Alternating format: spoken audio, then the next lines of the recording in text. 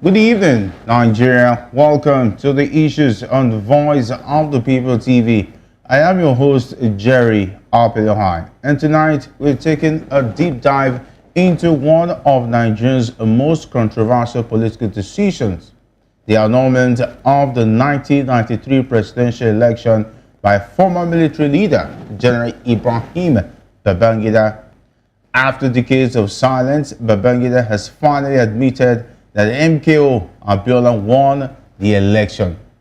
But what does this mean for Nigeria's political legacy, and how does it affect the country's current governance? We'll break down this shocking revelation and examine its far-reaching implications. Join me and our panel of expert analysts as we discuss this landmark moment in Nigerian political history. And of course, stay tuned. This is a discussion you don't want to miss. All right, going into the program proper, where former Nigerian military dictator General Ibrahim Babangida retired, has admitted that the late Chief MKO Abiola won the June 12, 1993 presidential election. Babangida's regime had annulled the election before the winner could be officially declared. He made this revelation in his autobiography, A Journey in Service, launched on February 20, 2025 at the Congress Hall of Transcorp Hilton Hotel in Abuja. Meanwhile, Obasanjo, who spoke at the launching event in Abuja, which he chaired, stated that by writing the book, Babangida had succeeded in documenting history aside contributing to history making. Away from that, where a federal high court sitting in Owerri, Imo State, southeast Nigeria, has declared as illegal the designation of Mazi Chika Edoziem as a wanted person, terrorist, insurgent, kidnapper, and violent criminal by the Minister of Defense and the Chief of Defense Staff. Chika Edoziem is the head of the Directorate of State of the Indigenous People of Biafra IPOB. The court, in its ruling today in a suit between Edoziem as the applicant and the Minister of Defense and the Chief of Defense Staff as first and second respondent, also awarded 5 million naira in damages to Edoziem for the infringement of his fundamental right to dignity of human person. Still more, where Father Chibuzo Emmanuel Obima, known as Father Ebube Monso, has accused the Anambra State Police and Governor Chukwuma Soludo's administration of protecting the killers of Honorable Justice Azuka, claiming he was politically assassinated for not being part of the ruling party. He alleged that influential figures bribed the police to allow 2 suspects in Azuka's murder to escape custody, and also put the people of Onitsha to seek justice, warning that Azuka's spirit would not rest otherwise. Meanwhile, the Labour Party lawmakers supported his claims, asserting that the police's handling of the case indicates a political cover-up. All right, after this short break, we'll dig deeper into these topics and more. Don't go away.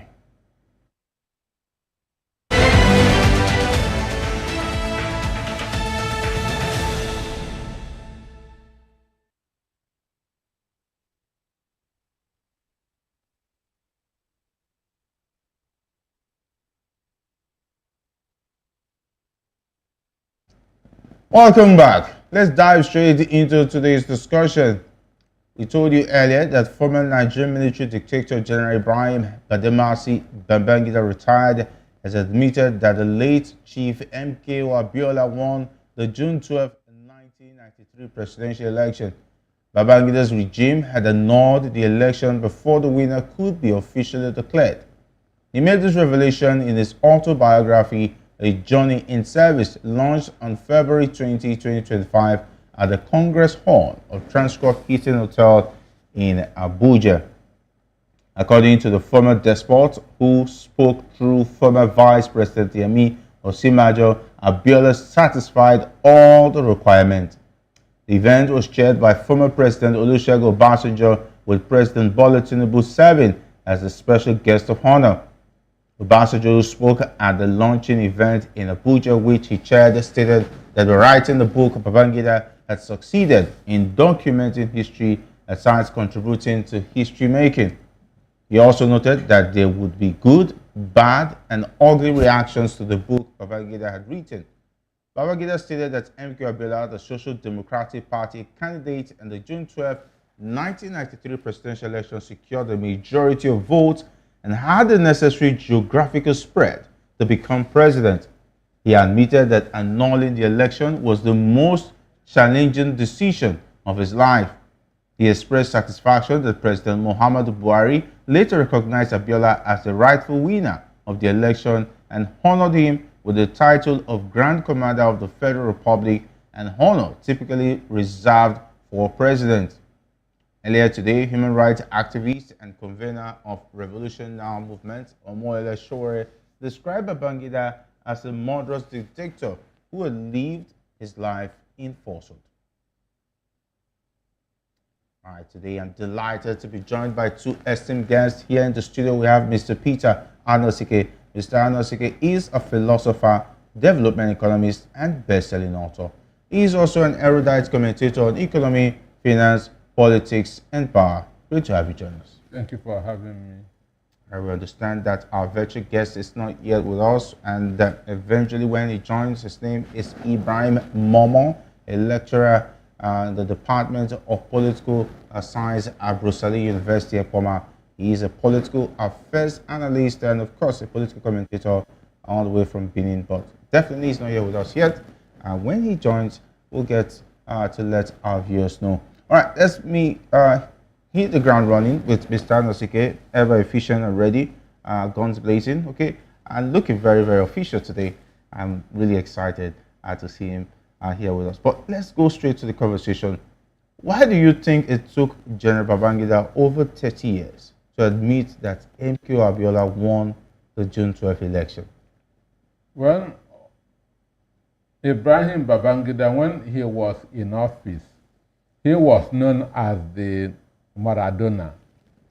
And everybody who knows about football knows that Diego Maradona is a dribbler.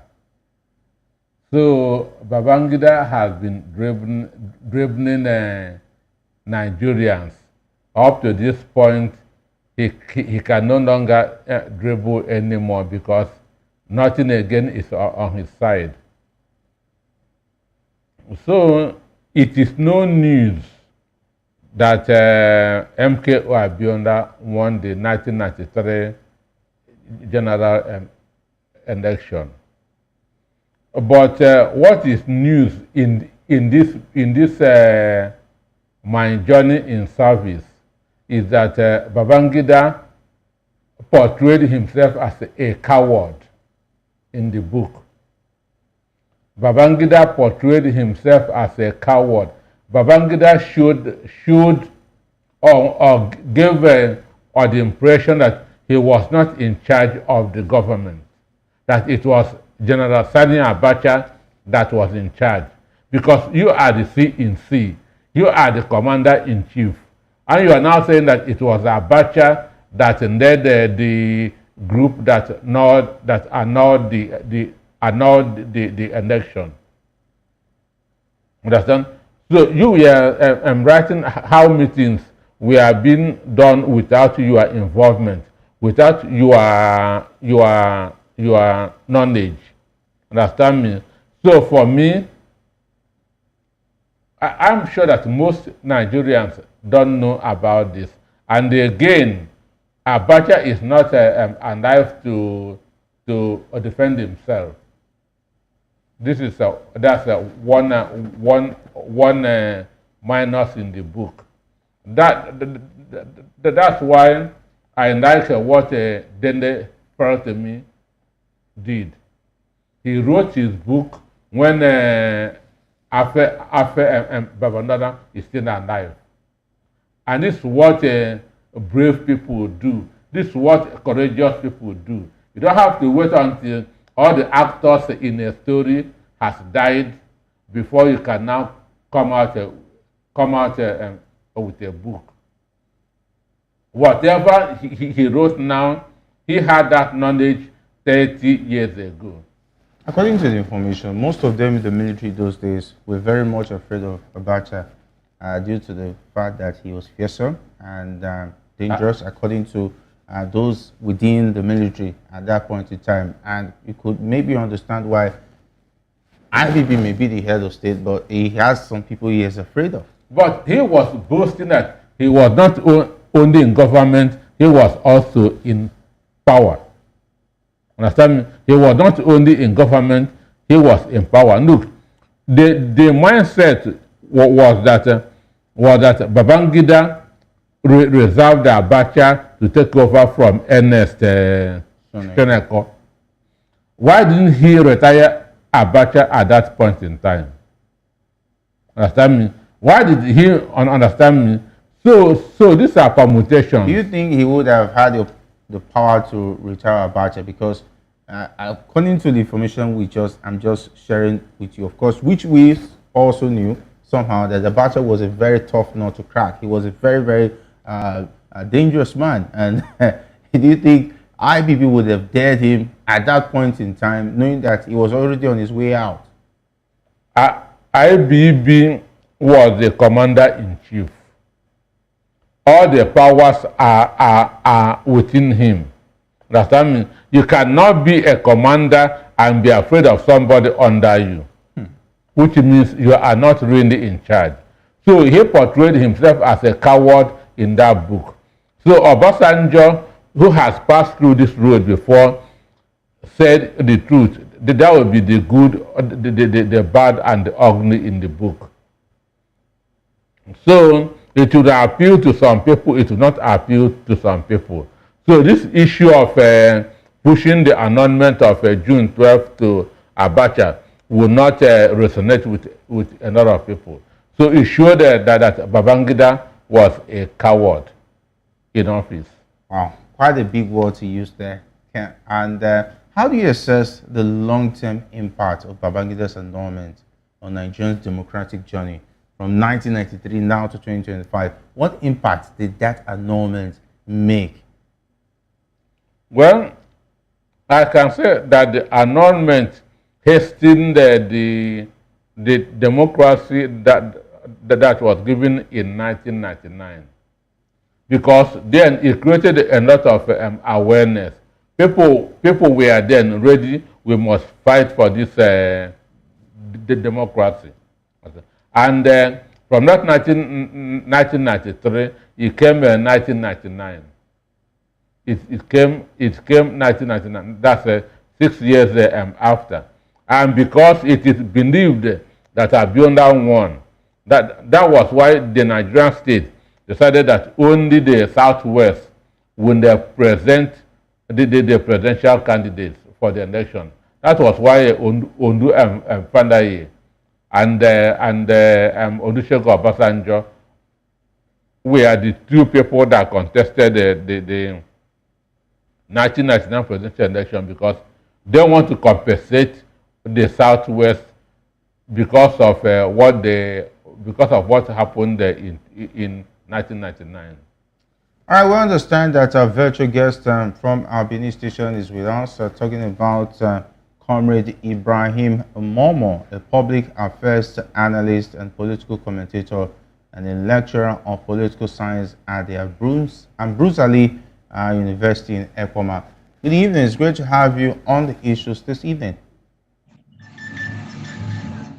Okay, we understand that the comrade is not ready for us yet. Okay, and taking a look at this more broadly, the June 12th is a very. Let's also look at the people that even died after the annulment of the election.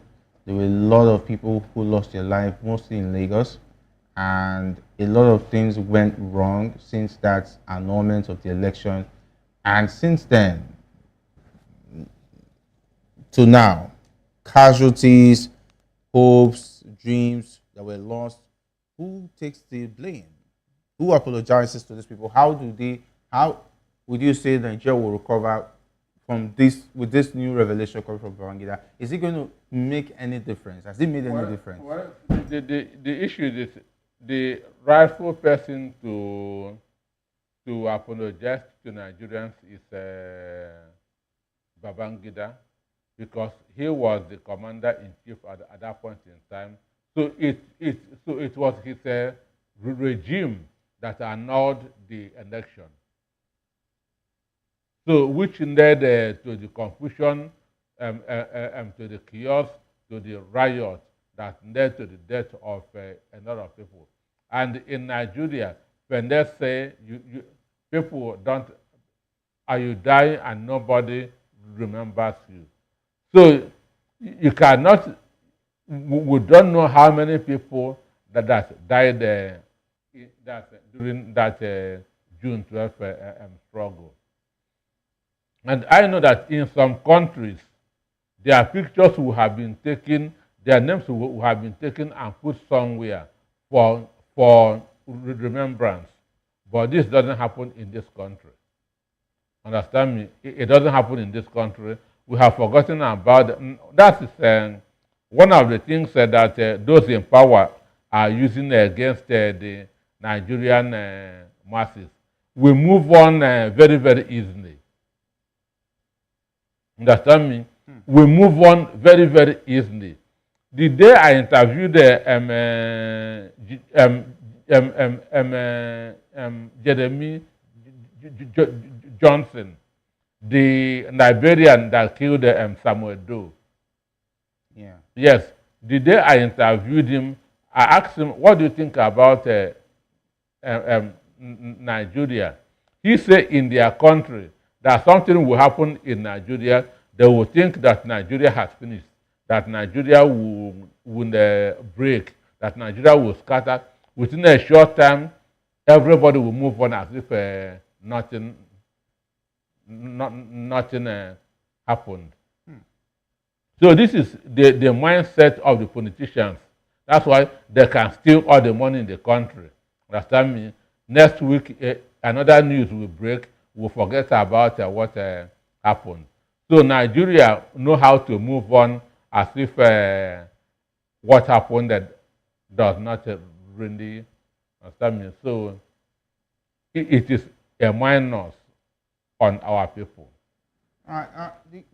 With this admission, do you believe that it's enough for the Nigerian public to forgive Ibrahim Babangida on his role in the annulment, or is it too little, too late? But how many people remembers Abiola, remembers Babangida now and what he did? How many people? At least we still remember. I remember back then it was quite a ruckus and a loss of hope, and the future was really, really bleak for a lot of people who had high hopes prior to the June 12th annulment. And of course, the election period, I could remember there was fun, everybody was excited, looking forward to democracy taking over, but the hopes was all dashed.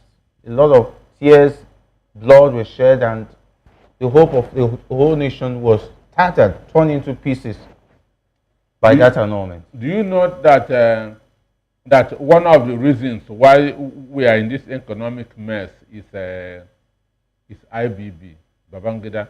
When he introduced his structural adjustment program, SAP, Yes, SAP, yes. understand me? Yeah. Which they valued our currency.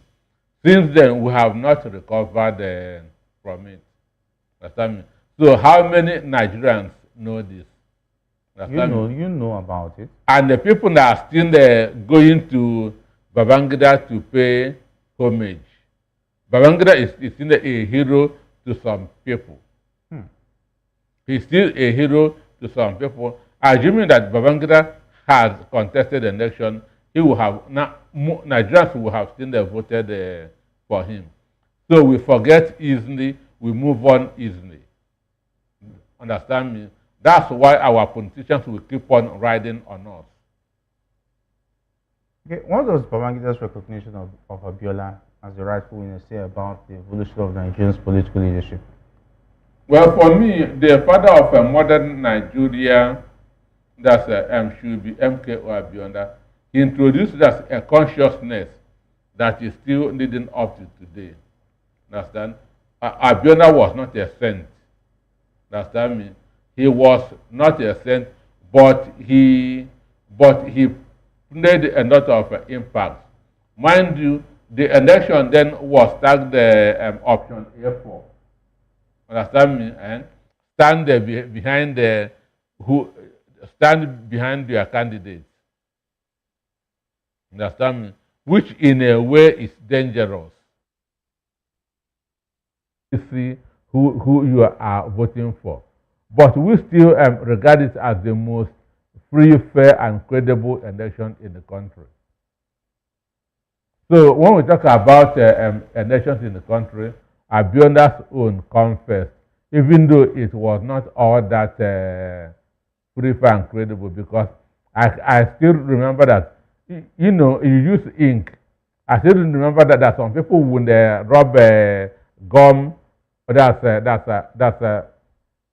at their finger, go and dip that in the ink, go and vote, go out, remove the gum, so the ink will go out. But it was better than Jega and Yakub Mohammed election. Talking about, was it Humphrey Wonsu? The Option A4. Option A4. That's Humphrey Wonsu. Yeah.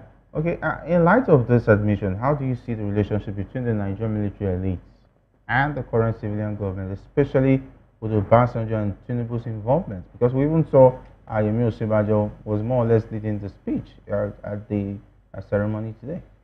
Again, what enough Nigerians don't know too. Yemi Osinbajo was SA under Babangida. Special advisor. Understand me? Under Babangida. So, but when you are talking of those who ruined this country, when we are talking about the military, they don't mention the civilians who were advising them. Understand me? They don't mention the civilians who were advising them, because these guys did not have much of education. So they relied on the civilians for advice and so on and so forth. Understand? But I'm sure you may not see this in Osinbajo's CV. He will not want people to know that he was one of those that was advising the army. Understand me? So he was his SA then, and that relationship has been there. Understand me? Maybe that was the reason why they asked him to be IBB's spokesperson today. All right, very interesting. Okay, where do we move from here as far as this book is concerned? What are we expecting going forward from reaction, talking about the good, the bad, and the ugly of this revelation? I'm sure today upwards, people are going to be analyzing that the book. You'll be getting different perspectives, different views. But somebody like Omoyonde Showore, who has never, who loves that to hate IBB, understand? Without even reading of the book, he will condemn the messenger without caring about the message. He described Babangida as a murderous dictator who has lived his life in falsehood. What's your take? That's why he was known as the Maradona. He was there for 8 years, dribbling everybody. He would set up an electoral committee, transition committee, cancel it. Set up a transitional committee for 8 years. And some people, I've not read the book, and I've seen the cost the book is going to take to get one. I hope to have one very soon so that I could actually look and read for myself. But everybody will also want to know what happened to Delegiwa as well, because it's not only about MK Abiola, because during this time there were a lot of unsolved murders, even the likes of Mama Vatsa and some other names that people would surely want to know what actually happened. Since he was the head of state, he might have one or two informations to share with the Nigerians. What's your take on that? The, the, the issue is this, the day that Denegua was murdered or assassinated, because that is what it was. Yeah, yeah, a letter bomb. There was one Shoyinka, not a Wondo Shoyinka. There was one Shoyinka that was there, who survived the attack. Even the grenade threw him out of the window. Understand me? So, at the guy's own account, for me, should be the most accurate account. And the guy said that when two people brought that person in a motorcycle, there are two names being mentioned. Understand? But I don't want to mention it here. But if the names are in but they were Babangida boys, who were being accused of bringing that person. So when Shoyinka said that when they came in and gave that parcel to Dende Giwa, Dende Giwa said that this person must be from the C. Now that means that this person must be from the C. The C means the commander-in-chief. Then who is the commander-in-chief at that time? Is the IBB. Understand me? So he put it, understand me? He now opened it because it was near to his stomach. It finished that's everything that's inside the stomach. Understand me? So that is that, and even that's why people learn something from that point in time. Now people don't want being given sealed envelopes. They will tend to open it first and give to me. All right. Anyway, that same account you're talking about is actually on everywhere. Talking about in the media. You're talking about Kayode Soyinka, a former London bureau chief of Newswatch, sure. who was present when Delegiwa was assassinated or killed, if you want to put it that way, via a parcel bomb. Okay, I understand our virtual guest is here with us. Good evening, comrade. It's great to have you join us on the issues.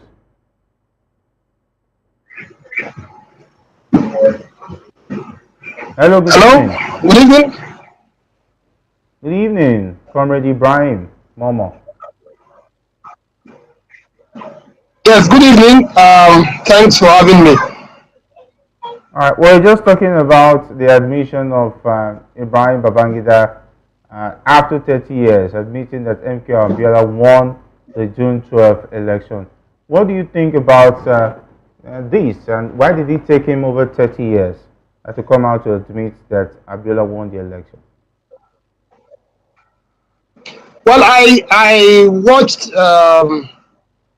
the former vice president talk about or review the book, so to say, and I'm moved by the admission by the former president 33 years or thereabout after annulling the election. That one, that Moshood Kashimawo Olawale Abiola actually won the election, and two, that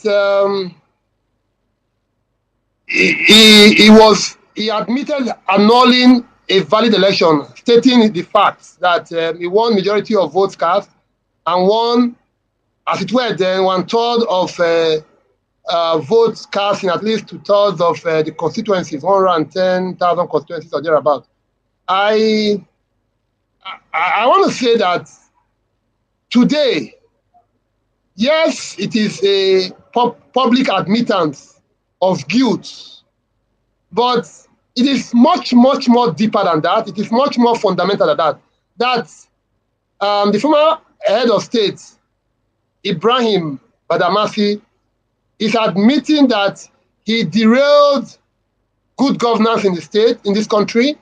He derailed democracy in the state on the flimsy, on the unacceptable excuse that Nigeria was not ready. Who told him? Where does he get that determination that one individual, himself, in this instance, in cahoots with a couple of military, he mentioned, of course, General Abacha, who was his then chief of defense staff, were enough to determine the trajectory of our democratic process or practice. I rejected the excuse, the very flimsy, very irrational excuse that he has given, with all due respect to him being an elder statesman, a former head of state. But the excuse he has given is unacceptable, it's untenable, and it flies in the face of common sense. That's my position on the revelations that have been made so far today. Okay, what effect, talking about the impact, what's the long-term impact that you must have felt as far as the annulment by Babangida's government is concerned on Nigeria's democratic journey? Because a lot of people's dreams were dashed, the hopes were torn apart, and people also lost their lives, talking about the riots that happened after the annulment. And since then, until 1999, when another election was done. I'm sorry, I'm struggling to, I don't know if you can hear me. I'm struggling to hear you, if you don't mind me saying. Okay, we can hear you. We can hear loud and clear. Okay, how do you assess the long-term impact of Babangida's annulment on Nigeria's democratic journey? Okay, well, in fact, we are living witnesses. We are students of history. We are witness of history. In this context, ignoble history unfolding before our very eyes. That the man who superintended, who presided over the annulment of the election, he is today admitting guilt. But if over 30 years late, it means he has dragged this country back 30 plus years back. Not just that in terms of numeracy, number of years. The crime against Nigeria, with all due respect, it's not just about the number of years that were lost, but the developments that we could have witnessed over the last 30 plus years. Economic development, democratic ethos. People say that developed countries, so to say, there's rule of law. There is, respect for human rights. There is economic development. There is political culture. There is political hygiene. People say these things about countries like the United States of America, like the United Kingdom, like Germany. It is because of the length of one of the factors that are responsible for this is the length of time they have grown in their democratic practice, in their democratic experience. Now, Nigeria is a third world country, without doubt. I'm a Nigerian. Nigeria is backward economically, politically, and otherwise. It is because of those rollbacks, those missteps, those failings of our past leaders, particularly General Ibrahim Badamasi, as he is now calling himself, that he adopted Babangida because of they were confusing him. So I'm saying that in reality, he has done so much harm that a mere admittance in a book launch will not be enough to correct. All right, will history forgive him? Was it too little, too late? Talking about writing the book and admitting now. Well, we are not in a position to forgive him. God, he has to repent. In fact, I think sometimes. Well, let me say that if I could bring religion to the mix, I'm a Muslim. When you offend people and you are seeking forgiveness from God, it is not enough to seek for God's forgiveness. The people you have offended, people you have derailed, people you have impact, your missteps, your actions, your wrong action, which you are not admitting, you have to go back to them. I would say that he has a whole lot of work to do. Forgiving is not in a book launch. That's not how you get forgiveness or atonement. I'm thinking that even before God will forgive him, before God forgive Babangida, he has to go to every Nigerian, seek their forgiveness for the evil he has wrought on this country. Babangida, he calls himself stylish. He's called the evil genius. You know, it is kind of a fancy line, way to describe. But today, he has confirmed, he has concretized, he has cemented the status as the evil genius himself. In the way and manner he has admitted that he willfully, under false pretense, of under whatever guise or excuse that he has given, he has admitted. So when it comes to the issue of seeking forgiveness, I'm pained to say that it is not enough for him to admit that he willfully, unconscionably derailed Nigeria's democracy, derailed Nigeria's path to progress and development. He has to go to every Nigerian. And I doubt, being an octogenarian, if I'm not mistaken, I doubt that he has the time to go to every Nigerian. He has not come to me. I'm not forgiving him. I'm not going to forgive him. I don't know why he's going to go around every Nigerian who was alive, who suffered, even the ones who have died. The winner of that election, Moshood Kashimawo Olawale Abiola, is dead. How does he seek forgiveness of Abiola? He's dead. He cannot. He cannot. Maybe until he joins him in the great, with all due respect, maybe when he meets, if there's an afterlife, he meets them, he cannot seek atonement. But for now, I think that the evil Babangida has done to this country is beyond forgiveness, with all due respect. All right, okay, because of time, let's move to the next conversation so we can wrap it up as quickly as possible, where a federal high court sitting in Owerri, Imo State, southeast Nigeria, has declared as illegal the designation of Mazi Chika Edoziem as a wanted person, a terrorist, insurgent, kidnapper, and violent criminal by the Minister of Defense and the Chief of Defense Staff. Chika Edoziem is the head of the Directorate of State of the Indigenous People of Biafra, IPOB. The court in his ruling today in a suit between Edoziem as the applicant and the Minister of Defense and the Chief of Defense Staff as first and second respondent also awarded 5 million naira in damages to Edoziem for the infringement of his fundamental right to dignity of human person. The court's decision is a significant victory for Edoziem and IPOB, which has been fighting against the Nigerian government over the labeling of the organization as a terrorist group. All right, going to be standard. What does this court ruling mean for the Nigerian government's ability to label groups or individuals as terrorists without due process?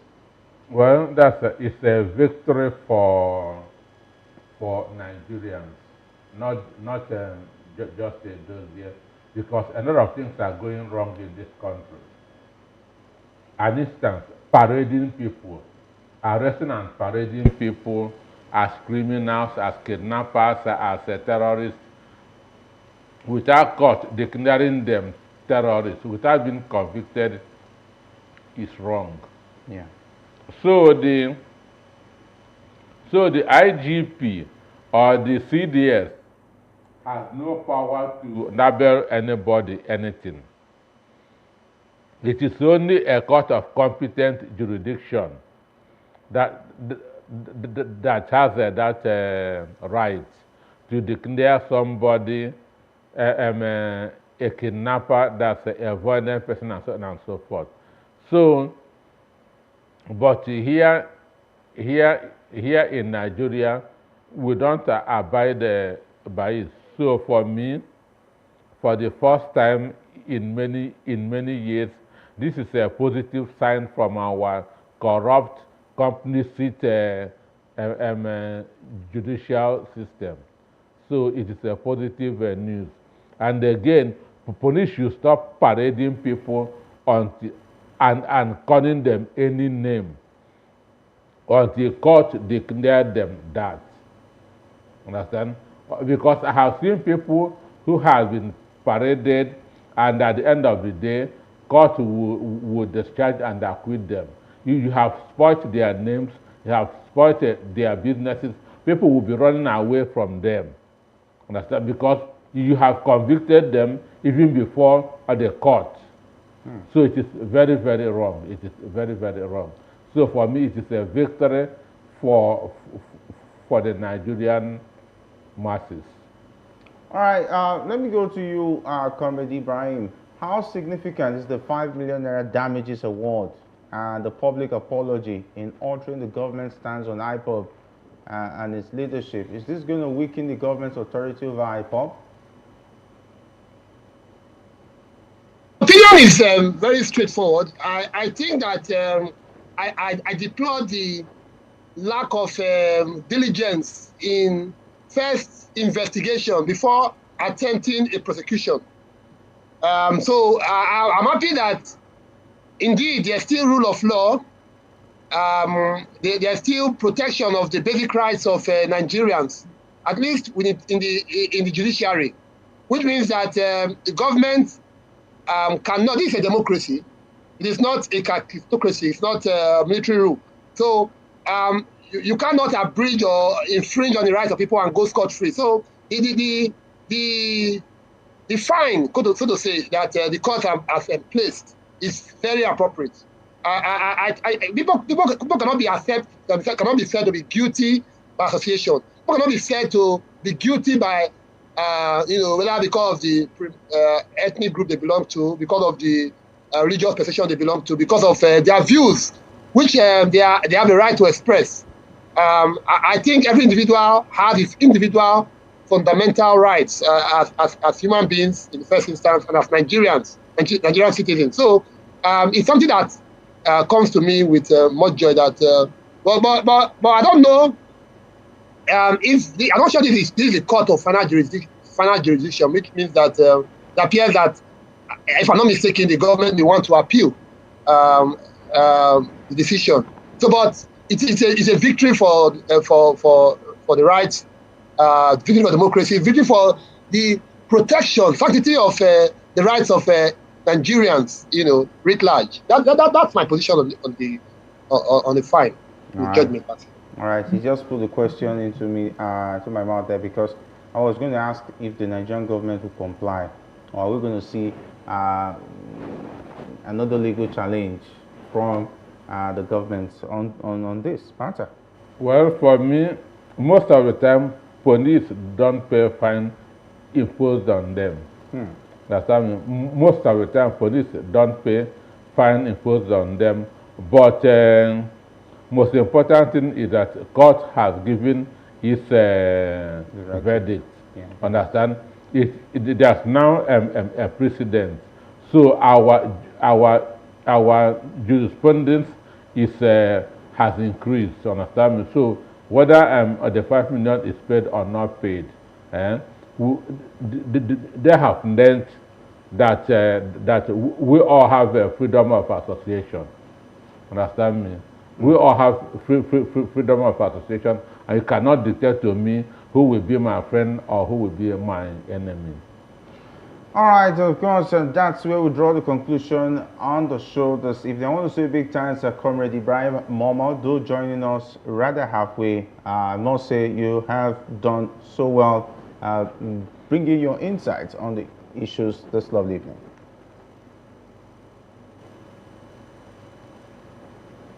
All right, Comrade Ibrahim, wouldn't you say your goodbyes, okay? That's not the way of, I hope he's not ghosting us again. Anyway, thank you very much, Comrade Ibrahim, for being a part of the issues this evening. It's been a pleasure having your insight, and of course, always a pleasure having Mr. Annulled with us. Thank you for having me. Looking like a gentleman. Have you forgiven Babangida yet? Or we have all moved on. Nigerians said, don't hold something tight. All right, moved on. That's the word from Mr. Annulled, but unforgiving coming from Comrade Ibrahim on that one. Okay, thank you for joining us on the issues tonight. We've touched on some of the most controversial and pressing matters affecting Nigeria right now. The conversation is far from over. We need to stay engaged and demand accountability from our leaders. Don't forget to subscribe, turn on your notifications, and join us next time as we continue to bring you the truth behind the headlines. I am your host, Jerry Abiola, and this is The Issues, your voice in Nigeria's political landscape. Stay informed, stay engaged, and good night.